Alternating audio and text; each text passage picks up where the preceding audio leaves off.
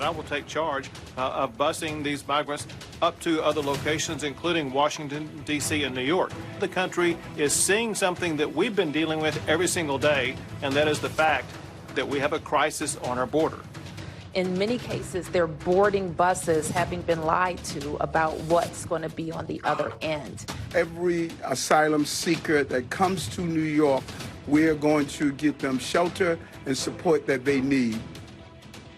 The mayors of Washington and New York responding to Texas Governor Greg Abbott's decision to bus thousands of migrants crossing the southern border to the northeast, as the U.S. is now on track to arrest over 2 million migrants illegally crossing the border this year. ABC's Mireya Villarreal is in Texas reporting on the latest surge. Good morning, Mireya.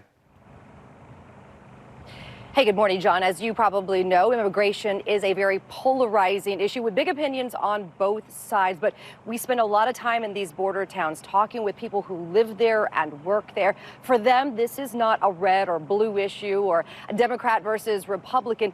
This is an American issue, and they're asking for it to be addressed. Along the South Texas border, local, state, and federal agents are working around the clock to try and slow the flow of migrants.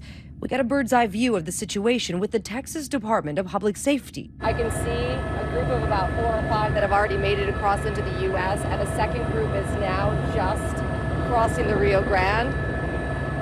And it looks like they're going to be intercepted by the crews on the ground. The U.S. is on pace to hit a record-breaking 2 million encounters this year. On the ground, we watch as dozens of migrants cross into the U.S., almost immediately turning themselves into agents standing by. The majority of the migrants crossing into Eagle Pass don't have any intention of staying here. This family is from Venezuela. They're planning to ride the free buses Texas Governor Greg Abbott is sending north to sanctuary cities like New York and Washington, D.C. Their young children already making plans to work, go to school, and learn English. ¿Qué quieres hacer aquí en este país? Trabajar. Trabajar. Trabajar. Estudiar y trabajar. So far, immigration officials say New York City has taken in some 6,000 migrants. All have been processed by immigration officials, many seeking asylum through Title VIII, an immigration policy which allows migrants to lawfully live in the U.S. while their cases are pending.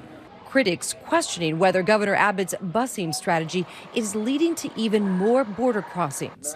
New York Mayor Eric Adams calling out Abbott during a conversation with Nightline's Byron Pitts. You have a person who is using those who are seeking refuge in this country as almost political showmanship. He thinks that this is a theatrical performance, and it's not. Abbott responding, calling it a crisis for the nation, not just border states. Before we began busing illegal immigrants up to New York, it was just Texas and Arizona that bore the brunt of all of the chaos and all the problems that come with it. We need our fellow Americans to understand how significant, how prolific the challenges that we're dealing with. While millions of migrants have been expelled using Title 42, the pandemic rule that lets agents kick out migrants without processing their asylum claims, many of those expelled simply turn around and come right back in. So this group was picked up here. Instantly, they ran their information. Border Patrol says they cannot, for whatever reason, request asylum.